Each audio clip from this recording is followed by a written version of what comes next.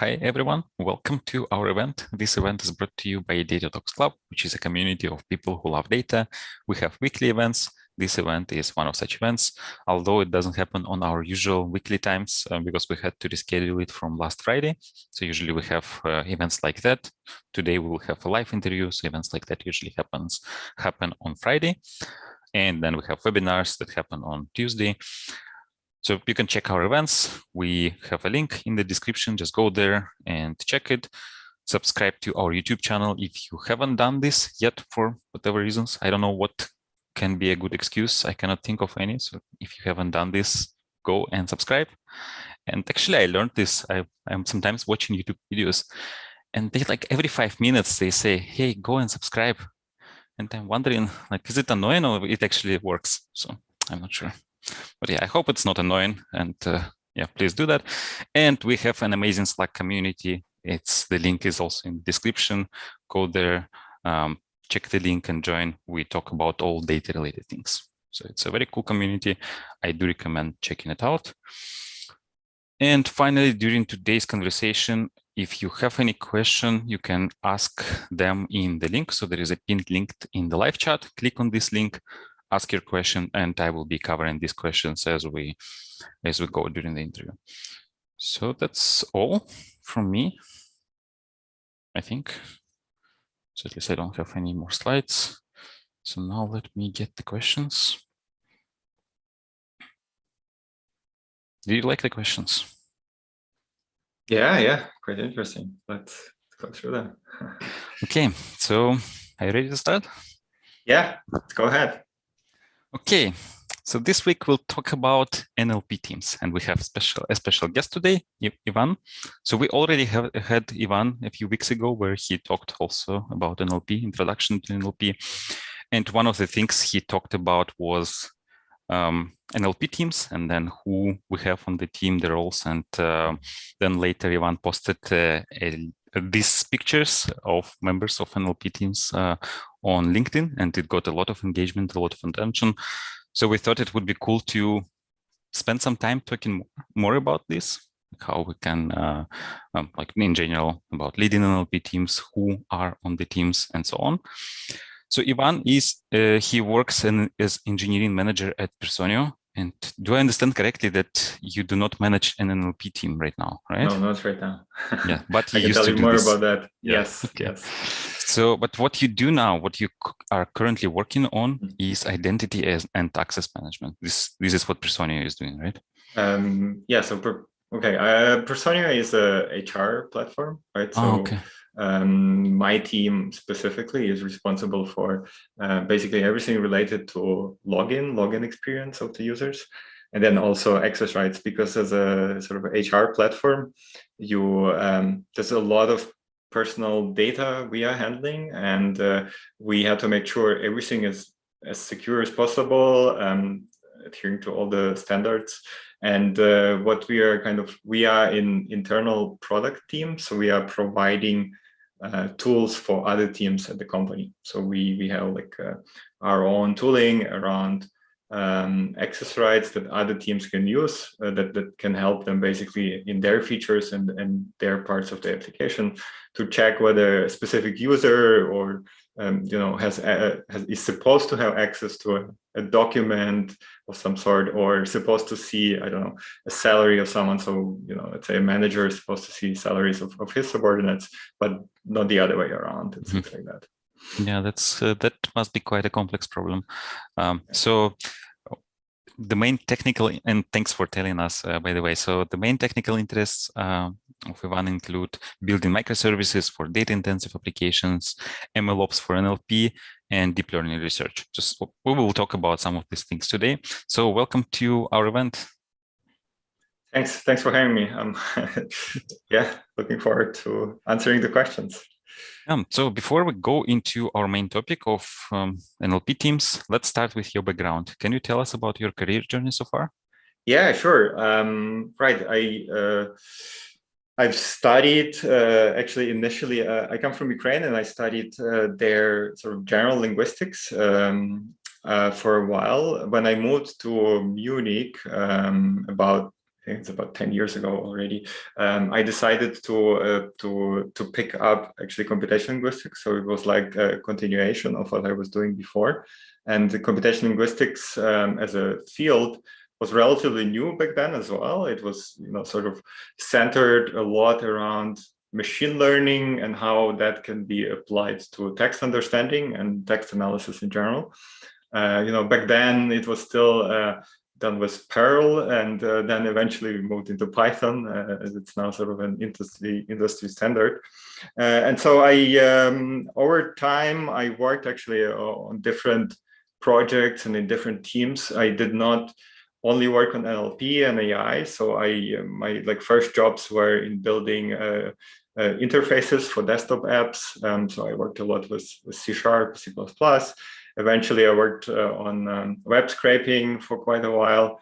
Then I moved into data engineering. So I was working on ETL pipelines with Spark and Hadoop. And then for a while, I worked also as a data scientist. So that was a company called Trust You, where we were working on aspect-based sentiment analysis, on text summarization, and a few other NLP tasks. And there is where sort of the core of my NLP knowledge also comes from, because that was super challenging, as we had to support our solutions for 23 different languages. So basically, and some of those languages were super complex. So I think the most complex languages I worked with would probably be Japanese and Thai. These are like Asian languages that are very, very different to like regular English NLP that you would do. So yeah, that was quite interesting. Eventually, then I went into management. So I actually got another degree in technology management here in Munich at the CGTM, and I've been managing teams for a bit over 2 years. So I managed data engineering teams, NLP teams, and now it's more sort of web product-based team at Personio. Interesting. Do you still use Perl? No, not really.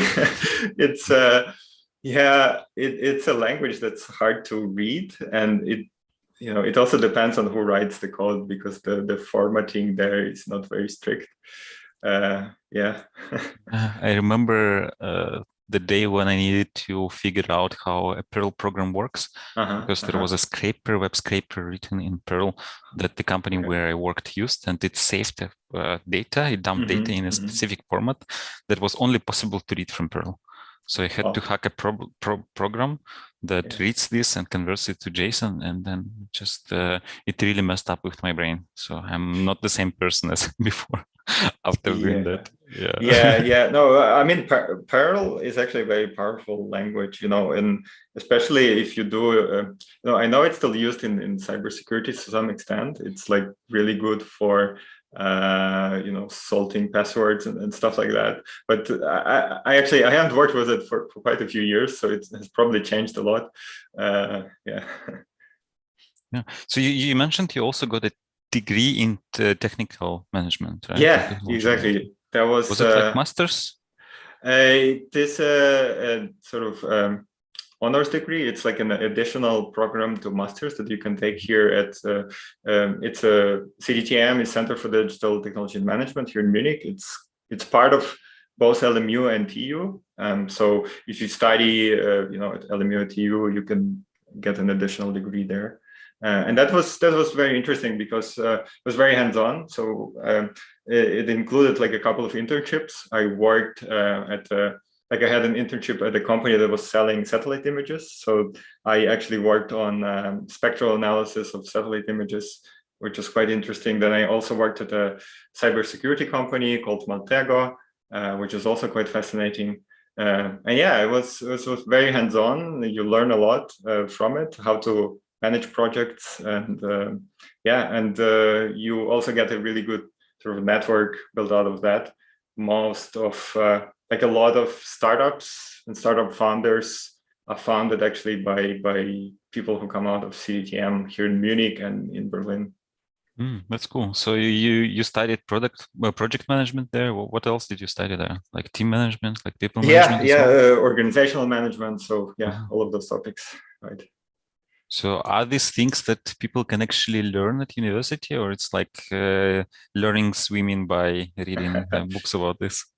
It's as I said, like it was super hands-on, and that was Uh-huh. cool because all of the presentations and sort of courses that we had were then led by some CEOs or founders of different companies, and they would just bring their own perspective on how they approach organizational management or how they build up a startup that is now like worth a few billions.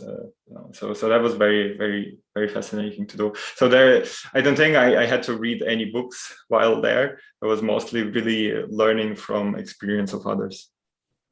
Yeah, I remember before I became a manager, I was reading books about this, books Mhm. or articles, and it didn't make much sense to me. Like to me, it read like, okay, do things well and things will work out, something like this.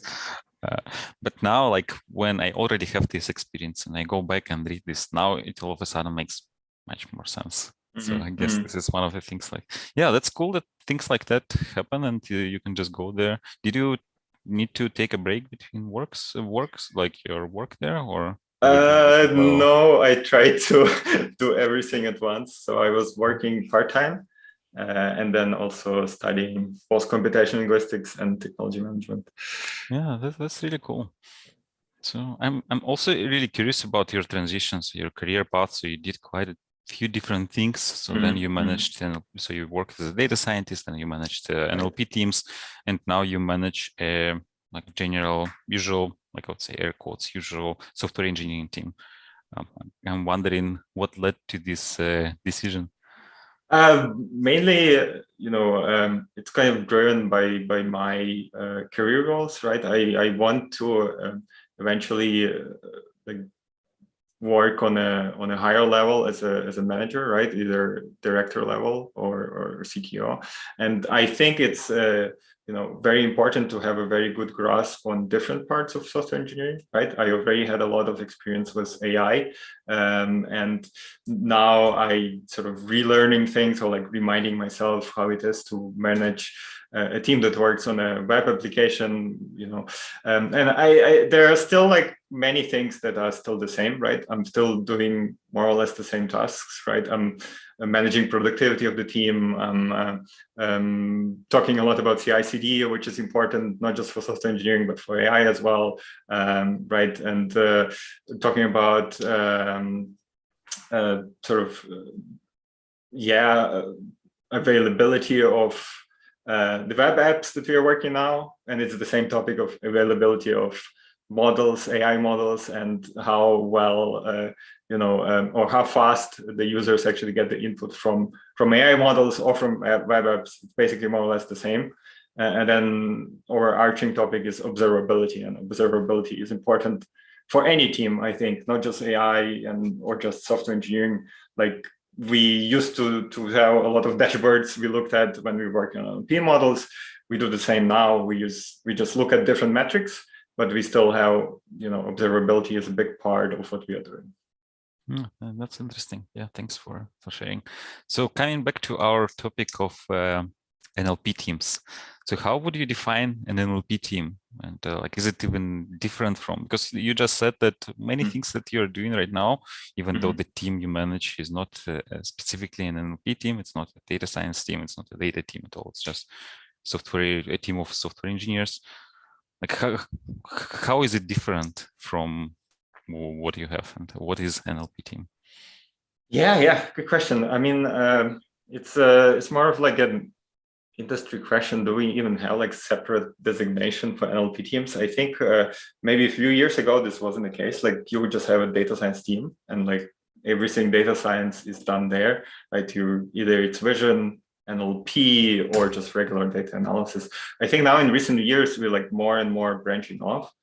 Because NLP has also become more and more popular in the last few years, and so you now see at companies, having like a really dedicated NLP team that works on NLP tasks.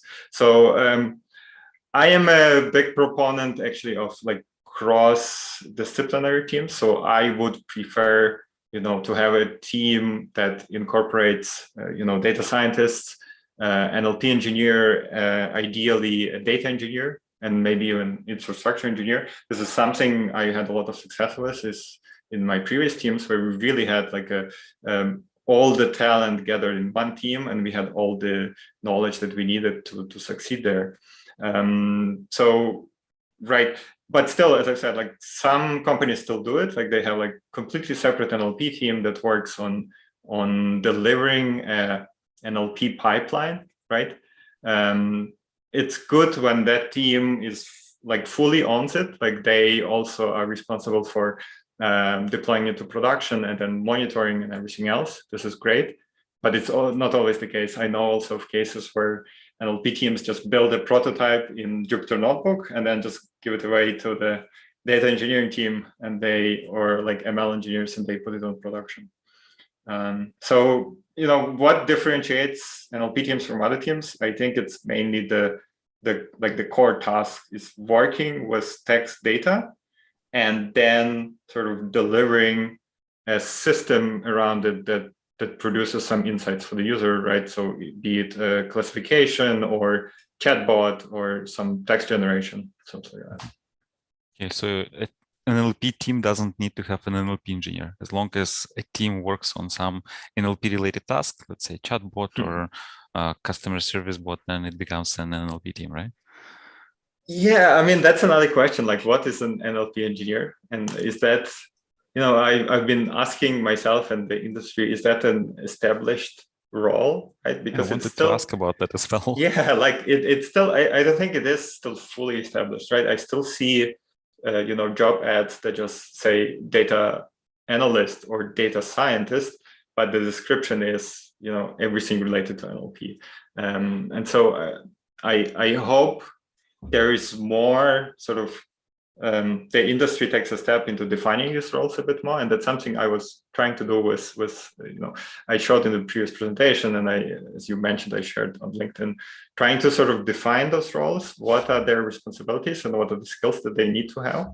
And so for NLP teams themselves, right, I think NLP engineer is very important. An NLP engineer is someone who has the experience and knowledge of working specifically with NLP tasks and like data science parts that specifically work with text. And ideally, this is not always the case, but ideally someone who also, has some linguistic knowledge, right? At least some applied linguistics, or at least basics of general linguistics, because that's super useful to have. It's not a must these days, but it is, very useful. Thinking back to my career, when I worked as a data scientist, data scientist was my title, but I was sort of an NLP engineer. Looking back at the time, I think linguistics really helped. Like I was working on very hard problems of parsing text, and like especially in different languages. And without knowing those like building blocks of how to do proper dependency parsing, for example, or how to do tokenization in languages that don't have any full stops or spaces, like Thai, it's just a wall of text. That really helped. Like I think without linguistic knowledge, me and my team wouldn't be able to solve those issues so easily. Mm-hmm. So if, let's say, a data team that do not have the NLP engineers, people who specialize in NLP tasks, so if this team doesn't have such people, so how should they go about picking up these skills? Should it be a data scientist who goes and learns about linguistics, or how should they do that? Yeah, that's a really hard question, actually, because the question itself is, do we, at the current stage, do we need those linguistics now? Like there are so many things now that you could really get by without understanding linguistics, right? There are, just think about GPT-3, where anyone can do it, right? You don't even need to know how to do data science itself, right? You just use the GPT-3 prompt, and then you have something built out of it. It depends on what tasks you're working on, right? If you are working on like more regular NLP tasks that everyone else is working, like, I don't know, let's say just basic sentiment analysis or summarization or things like that, this, most of the time you probably can get by without any linguistic knowledge. But if you're going more into specific tasks, like, you would say relation extraction or information extraction, and especially if you're starting to work with languages that are not so like widely covered by research these days, then it really helps to have linguistic knowledge. And how do you get that is it's a good question. So there are quite a few resources online, of course. You can learn that by yourself.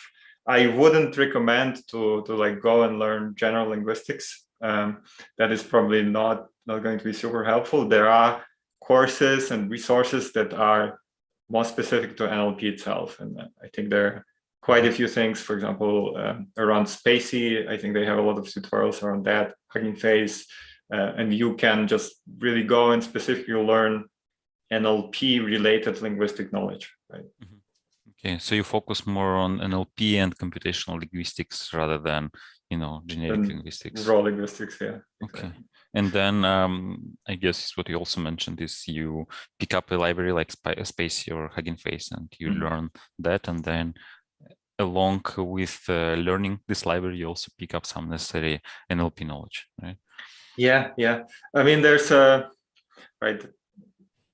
What I'm saying can be also like heresy to some people, right? I know there's like there are two camps of NLP researchers. One camp says we can do everything with AI and we don't need linguistics, and then there's another camp that specifically advocates for us first learning linguistics properly and then applying it to AI, right? And so it's like, it really depends on what you're doing. If you're doing research actually at universities, I think knowing linguistics will definitely benefit you, because that's probably one of the avenues that will help improve current AI, right? If someone who knows both linguistics very well and AI very well, they're going to build a better language model than someone who only knows AI, for example.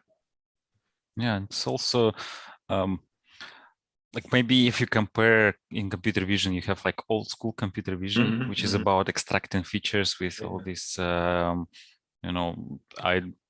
think it's called back of visual words and all this like Swift, and I don't remember. I don't know much about these things, but I know that this thing exists, like old school of computer vision, and then there is a new school is just we don't care about this, just throw everything in a neural network, it will figure this out and work. And interestingly, it does work, right? Yeah, it does work. That's another can of worms that I don't think we want to open. What is more complicated, vision or text analysis, right? And maybe it works because vision is a bit more definitive in some way than text, because text is there are endless amount of sentences you can generate in English, and that's only in English, right? You have so many languages. There are whatever 5,000 languages we have or something like that. It's I don't want to open this can of worm. I'm not saying that text is easier than vision. Vision is very hard as well. But I think in order for us to succeed with text analysis, I think we still need linguistics for sure. Okay, so what do you say that a data scientist, an NLP engineer, is somebody who has data science background, like who is a data scientist with some knowledge of NLP and computational linguistics? Would it be correct description? Yeah, I would say so. Yeah. So that was basically, so you said you were hired as a data scientist, but your task was working on NLP things. Yeah, mostly. And what's the difference then between NLP engineer and machine learning engineer? So is an NLP engineer an engineer in the same sense as machine learning engineer? Like, do they care more about the engineering aspect or more like training models aspect? That's a very good question. I hope in the future they will be more or less the same, because I think both parts are important. how I've seen it so far, NLP engineers are like, at least in the case of the team I worked at, we were doing a lot of engineering. Like, it was really a lot of pure engineering where we are optimizing everything, and not just optimizing training, but also optimizing inference. What we were doing less of was the productionizing of the model itself, like the deployment itself, and that was mostly done with the help of ML engineer or data engineer in that case. And I think this is kind of, I've also had a lot of interviews when hiring NLP engineers, data engineers, ML engineers. And this is sort of a division I see where ML engineers themselves think of themselves as DevOps for AI, right? They are responsible for, deploying the models, figuring out how to do, I don't know, blue-green deployment of AI model, right? Because that's a challenge that I think NLP engineers not always prepared to solve. Yeah, interesting. And so we talked about linguistics and that somebody who is an NLP engineer, they need to know this linguistics. But do we need people who specialize only in linguistics, who have this not just NLP knowledge and know how to call methods from spicy, but who actually had education as linguists? Do we need people like that in the team? Yeah, for sure. There are some specific tasks that would really benefit from that, and I think I think about the last 2 years there was like a new role forming in the world of data science, and it's called conversational designer. And it's basically a person who is responsible for making the user experience and the flow of how the chatbot interacts with the user feel sort of more realistic, right? And conversational designers, from what I see, mostly people who come from like more pure either linguistic background or some like more societal studies, because that knowledge is really important then to how do you properly form an utterance that the chatbot can use, or how does a chatbot react to some specific questions, things like that. And that's what conversational designers these days work.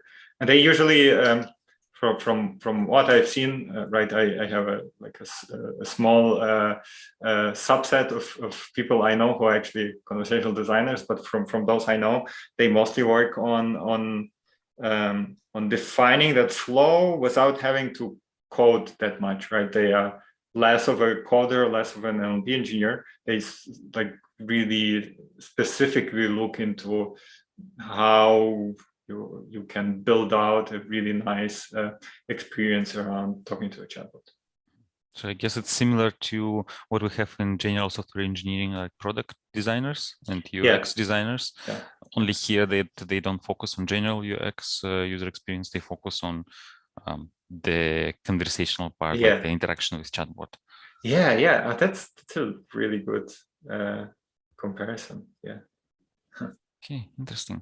And what about areas when, let's say, some teams, not all NLP teams work on chatbots. There are teams who work on other things, like you mentioned, like this information extraction and I don't remember what else. But there are areas where, like, maybe we need to do something with text, understand it, or whatever. Do we need linguists there in those teams as well? Good question. It really depends on like what area of research you're working in, or like what the specific tasks you work on. I think it wouldn't hurt, right? If you have someone who knows linguistics well, and if you have problems, as I mentioned before, like problems where you really need to think about how do you parse a sentence, or how do you, get something out of text. That's where a linguist would really help. Ideally, right? I think ideally is to have this NLP engineer role that has both incorporated, right? It's someone who knows linguistics enough to be able to apply it, but on the other side also knows the engineering part behind it, to effectively apply it to the problem they're working on. Yeah, and as you mentioned, when a team starts working on an NLP task, they don't necessarily need to immediately get this NLP with linguistics knowledge, because you can get quite far just by using this library. So let's say a team starts working on some NLP tasks. So they do get by, they just go get Hugging Face, Spacey, start using this. And then at which point do they need to hire a linguist or NLP engineer? So how do you decide that? How do you see that they need somebody? That's a good question. It also, I guess, depends on what approach they choose, right? If the problem that you have can be solved by pure AI, then I think there probably is no need for specific like linguistic knowledge in the team. But not all problems can be solved with AI, and that's why still in the industry, a lot of problems are solved with still like rule-based systems or like at least some statistical approaches. And that's, or especially if you need to still build like features to do feature engineering. I think there it would be very helpful to have a linguist or like at least an NLP engineer who knows what to look for, how to build features and so on. Yeah, so it really depends on the problem, right? We are sort of moving into a direction where more and more problems can be solved with just throwing a neural network at the problem. And it's a question of where we are going to go in the next few years, right?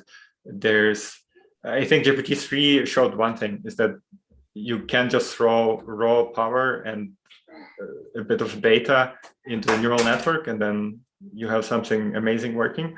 But the question is, where does it end, right? How far can we go? How many more learning parameters we can fit into a language model? Yeah. Yeah, that's funny that you mentioned that. We have a question, what is the future of NLP? Like, do you think that if we have libraries like Hugging Face or Spacey, like, because they simplify it a lot, right? So they just take it and derive, like the API of these libraries is quite good. So you can just take and use it. Do you think having access to libraries like this will remove the need to write NLP pipelines from scratch or not? Yeah,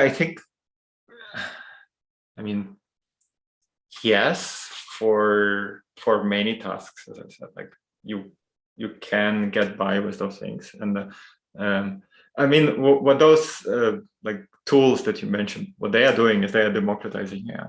Right? They are open sourcing everything, and this is great. This is enabling like smaller teams or smaller startups to work more easily on AI.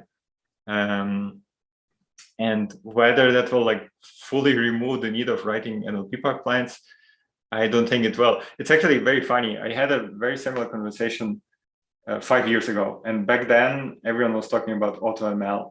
Right, AutoML is going to replace data scientists. AutoML, we're not going to need build NLP models, and that is still not the case. Right, 5 years have passed. We're still building NLP pipelines. So I think this will probably stay the same. We will still have to build NLP pipelines because the complexity will just grow and grow. And as complexity grows, you probably won't be able to catch up with having high-level tools that sort of always incorporate the latest thing, right? You will still need to use NLP pipelines or build NLP pipelines to be able to have like a advantage or an edge, right? Papers come out, NLP papers, AI papers come out every week, and like new things will come out very fast, and the faster you react to them, the better, right? So having an NLP engineering team that can easily take some new paper and then incorporate ideas, like not the whole thing, but at least some ideas into their current solution will be super helpful. And that's probably not always possible with these open source tools. But I guess also, like in Spacey, there is a method that just just make things good, and then it just works. But internally, somewhere, it still has an NLP pipeline, right? Yeah, right. And right. then potentially you can go deeper and then try to uncover that and also adjust it to whatever you need. And By the way, speaking of NLP pipelines, I don't think we mentioned what an NLP pipeline is. So maybe can you tell us what it actually is and why Hugging Face and Spacey remove the need of doing that? Yeah, good question. So, I mean, it depends on how you define it. My definition would be, if you are an NLP team building an NLP pipeline, that already starts with data, right? That starts with data annotation, that starts with generated good quality data and then refining it.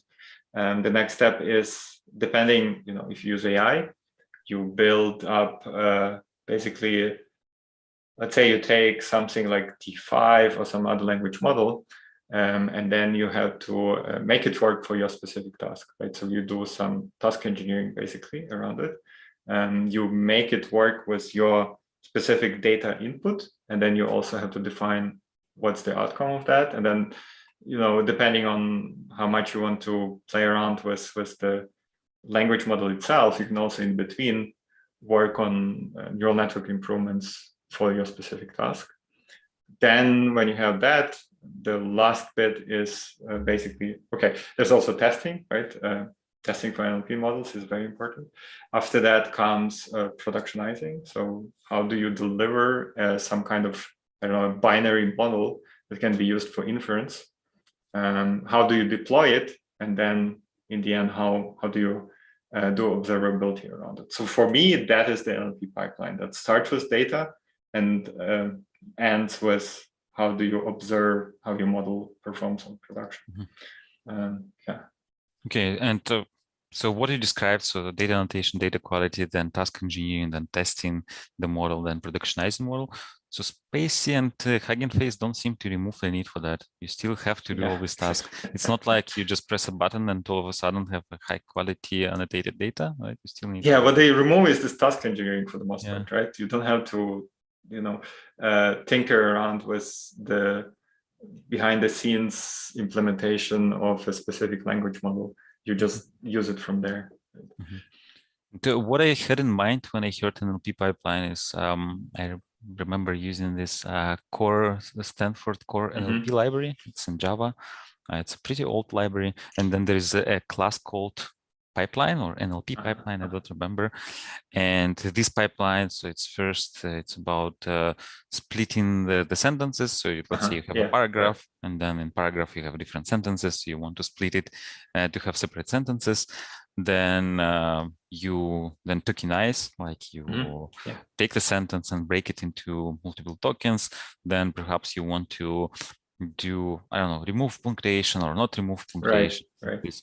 And then you also want to do some lemmatization, stemming, all these things. So this is what I thought when I heard NLP pipeline. That is what's referred to as pre-processing, right? And that's, I guess I just forgot to mention that. So like you have the data, and then how do you make the language model or like whatever you're using rule-based system understand the data?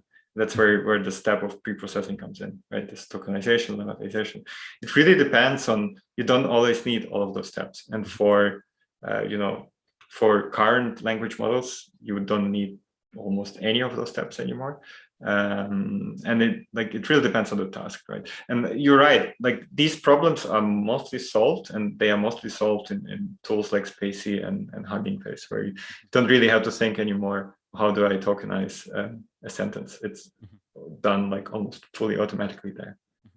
And what about these tools like GPT-3 that I guess they also remove some of the steps from this pipeline as well. They make it easier, right? Yeah, like GPT-3 is like on a whole different level. You don't need to do anything really. The idea of GPT-3 is that it's a smart lookup table, right? It has seen I think like 10% of the whole internet, right? That's what the data set that was used to train it. And it has seen so much data that it has also seen, what it kind of, you could say it knows what NLP is, right? It knows how to solve some tasks. It knows what tokenization is. It just somehow has learned it, and it's like internal in that black box. We don't know how that actually works. So all you need to do for GPT-3 is just write a prompt. Like you give it one example, for example, you write, if you want to do sentiment analysis, you just write a day is nice, and then you write tag positive, and then you write another sentence and say I am sad, and then you write tag, but you don't write whether it's positive or negative, and then the model will just auto-complete it for you. It just knows somehow that you are asking it to do sentiment analysis, which is insane. And there's even super ridiculous things as GPT-3, where there was a paper recently where they were exploring how well does GPT-3 does translations, and basically they like in the original, I think, GPT-3 paper, they just had a prompt like, please translate this sentence from English to French and then give the sentence. And then what the researchers did, they changed the prompt to, please translate this English sentence as if you are a very good French translator. And then it gives you a much better quality of translation, which is, it blows your mind that this is possible these days. I think you showed in your presentation that it's possible to translate a usual sentence into like rewrite it as if it was written by a lawyer. Right. That's also insane. So it's like translating from usual English to legal English, right? Yeah. I mean, this is it's a miracle of this like GPT-3, like massive language models, that they somehow have internalized all of those things without, we didn't have to teach them what is tokenization or what is translation. They just somehow learned it. And that's, the question now is, how far can we get with this, right? Can we just get away with throwing more compute power, bigger GPUs and more data, and expect it to work better and better? And when does it become creepy? Yeah. I feel it is already kind of like I have goosebumps sometimes when I watch some of these demos. Like they basically, like as you said, it's a big lookup table, and probably it already knows everything what is there on the internet about you, about me, about everyone who is watching that, right? If you ever left a footprint somewhere on the internet, it saw it and it knows that. Yeah, most probably. It depends. Like I remember, like it was seen a demo that it's possible to get like emails of people just right. This was even possible with like GPT-2 back then. Like you could just start writing an address, and then it would autocomplete it with the actual name of someone who lives at that address, which is crazy. That's creepy. But I guess like if you use GPT-3, then you still have this component of task engineering. Just it's on a very it's very simplified now, right? It's like you don't need to do that much, right? You just need to figure out what is the best way to tell the model to do your task, and how much data you actually have to give it. And you could even get by with like just a few examples for some tasks. For more complicated tasks, I can imagine you can still need like a very well annotated data set. Right? But it's not cheap, right? It's expensive. You cannot just, just use it and rely on this completely on GPT-3. Yeah, I mean, I don't know, like they are trying to open source it now or something. I don't know, but I think you still have to pay like for tokens to be able to use it. Like for each request, you need to pay something. Yeah, so it is definitely expensive, but it's, it's not just a problem with that you have to pay for it, but it's a problem that you have zero control of what it's doing and why it's doing it. Like if there's, let's say if someone finds a way to bias GPT-3 very easily, then they can easily reproduce that on your solution that you built based on GPT-3. So you have like zero control of that. Right? And that's why, that's why not everyone jumps on this. Like not everyone is using GPT-3. I think it's super good to build an MVP of some sort, right? You can very quickly, use GPT-3 to build out some kind of demo and then sort of validate it. And then I've seen a lot of companies do that basically after they validated their demo with something easy like GPT, whatever, GPT-2 even. They just say, okay, now we build something that we are in control of. We build our own NLP pipeline and we know how it works. We have control over it to some extent. And I guess you can use it for annotating your data as well, right? So for collecting your initial version of the data set. Yeah, I guess. I actually haven't seen anyone using GPT-3 data annotation. I don't know how well that actually works. That's a good well, I question. think we have a pilot project on that. I think it worked well. I Nice. wasn't involved in that project. I just heard Yeah. that we tried this and it worked well. And then we basically trained a simpler model on the output of GPT-3. Yeah. So something like, I don't know, logistic regression or something like that. So something super simple. It was a classification problem. Nice. Yeah. I didn't even think about that. So because like writing all these rules for extracting data for information extraction, so like OLX is a place where people can exchange, like it's basically online marketplace. So you have listings, and listings have descriptions, and you want to extract some information from there. And you mentioned that information extraction is a complex task, right? And we tried to use GPT-3, I think, for making this, for extracting this, and then using these things as labels, and then fitting simpler model on top of that. Yeah. But I only saw demos, so I wasn't taking part of that. But that's a cool interesting application. Yeah. But I think we talked about this already, and we kind of mentioned that. So the question we have is, now we have this GPT-3.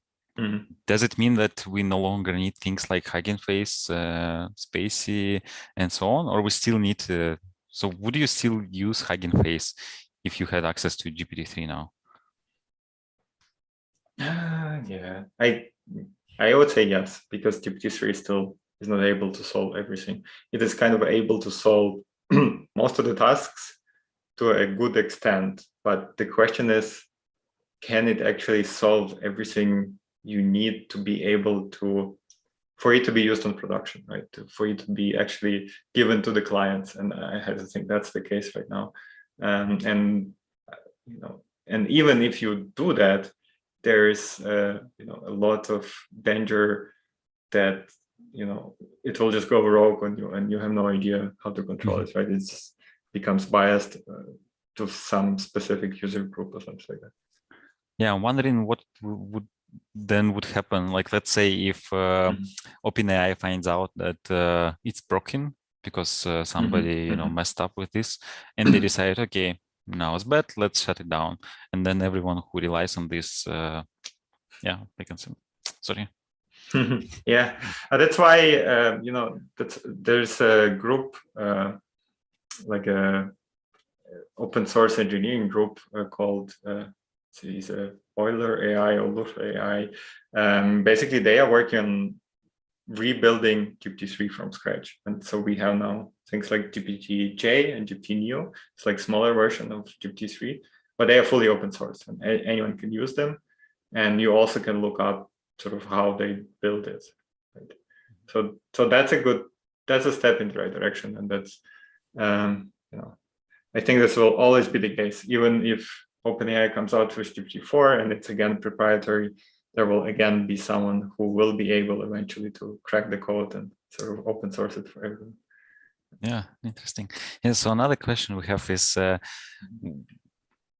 do you think NLP is more? Is it more about like writing better pipelines and improving these pipelines and then implementing some research papers, or it's more like theoretical linguistic knowledge and applying it? I think you at the beginning you mentioned that you know, you can get quite far without much linguistics knowledge. So what do you think NLP actually is? Is it about applying these libraries, or is it about using linguistics knowledge and applying it? That's a good question. I think it depends if we're talking about industry or academia, right? So if we're talking about industry and like, let's say smaller companies or smaller startups, you know, for them, there's no sort of financial incentive to innovate in terms of linguistic application of NLP, right? They are more interested in building this NLP pipelines and building a product out of them. And that's where tools like Hugging Face and Spacey come in that help them a lot. Where we are talking maybe a bigger companies, like let's say Google. I know Google has, you know, at Google Brain, for example, there are people who are working on that. They're working on sort of linguistics application to NLP. And a lot of academia also works on that, right? Because you know, they will not, you know, we will probably, from academic perspective, we will not advance NLP if we only work on, you know, building bigger sort of AI models. we really need to see how else we can incorporate it, linguistic knowledge into AI research. And that's where academia is actually doing a lot of that. There are a lot of universities who are working on that specific part. Mm-hmm. So basically, you're saying the future of NLP is not just throwing more hardware at GPT-3, whatever, GPT-4, or I don't know if it's a thing, but more like, okay, now we learned how to throw hardware at all the internet and then make it learn it. How can we now simplify it, right? So how can we now achieve similar thing, but without having to burn like a lot of I don't know, GPUs. Yeah. I mean, there's probably, I mean, you could say there's like a race going on now, right? Organizations like OpenAI are trying to push the limits of just, building bigger and bigger language models, whereas, some universities are trying to rely more on linguistics, right? And I don't know what will come out of that, right? Who will win, and if there will be a winner, or if always will be like that. Ideally, there's a NLP Research Institute, and I know they are exploring a lot of this. How do you merge linguistics with AI to build better AI model and better language models? And I think this is like right direction to go into, because this will definitely help advance the field. Mm-hmm. Yeah, this Allen AI, they do quite a lot of work in NLP, right? Right. Yeah. Right. So the institute is called Allen AI, I think, and they have also like a open source toolkit called Allen NLP. Right? Yeah, because I remember seeing competitions on Kaggle from them. It was about like it was actually my first Kaggle competition I ever took part in. It was about so you have in school you have this multiple choice question. So you have a question, and then you have 4 answers. And the task that they had is build a model that would select the right answer. So you have a model, you have a question, you have 4 answers, and the task was to rank them basically, to give the correct answer. And then it was an unusual, not a usual machine learning problem, let's say. So it was a lot about indexing Wikipedia and then using this knowledge base to rank all these answers. So that was quite a fun one. Yeah, I mean, AI and NLP, it also incorporates many other things, like net, like graph. How do you build a knowledge graph and things like that? That's also all part of NLP and AI. Yeah. So that competition was I don't know, 6 years ago. Do you think now with all these GPT-3 things, is it a solved problem now? Can we just answer multiple choice questions, or it's still not a solved problem? Yeah, I don't think so. I don't think there is any problem we have fully solved, right? There are papers that state some AI models are as good as humans or better as humans, but this is all evaluated on a very small subset of some kind of data, right? It's really hard to say whether it's actually true or not. So I wouldn't say we solved all of those problems. Right? Yeah, and even if we did, we probably would have solved it only for English. But there are so many other languages we need to solve it for. Yeah, what do you think about language translation? So, because there is a question that it seems to be one of the toughest NLP tasks. So, do you think we will be able to achieve human level results there in NLP, in language translation? Yeah, good question. Language translation itself. I knew someone who worked at DARPA in the US, and basically language translation mostly came to us from solving these problems for military purposes, and this is where it mostly started, I think. Now you actually have like more product-based solution, right? So you have Google Translate, of course. You also have DeepL or DeepL, which is trying to solve this problem. And I think the path to solve it is to try to make it an actual product that can make you money, and that will get you more funds to put it back into research and then improve it even more and more. this is, I think this is the way we are going right now, right? Google is investing a lot into translation. There are other companies investing a lot in that. Whether we will be able to solve it fully, I don't know. It's hard to say, right? There are more and more like products coming out of that. But right now, I think if you look at that translation task, we are kind of good for maybe like 8 to 10 languages, and that's it. Like it's mostly European languages, maybe Chinese, and of course English. It's kind of okay-ish, can be used, but if you go beyond that, we're far, far away from being able to solve that issue, and that mainly comes from the fact that we don't have enough data for it, right? It's not enough textual data to train AI on. Yeah, but also I'm quite impressed now with the results I get from Google Translate as a user. Because like I live in Germany. In Germany, people use German. My German is not that good. So what I usually do is I write something in Google Translate. Usually I use English because translating from English to German works much better than translating from Russian to German. Even though now, last year, it really works. It works really well also from Russian to German, even though I think English and German are a lot closer to each other than Russian and German. It works really well. And 8 years ago, when I lived in Poland, I needed to translate from Polish to Russian. And these are very similar languages, right? They are very close. But I think what happened internally is they translated first from Polish to English, and then from English to Russian. And then a lot of things would be lost in translation here, right? But now, if I need to translate something from Polish to Russian, it's very good.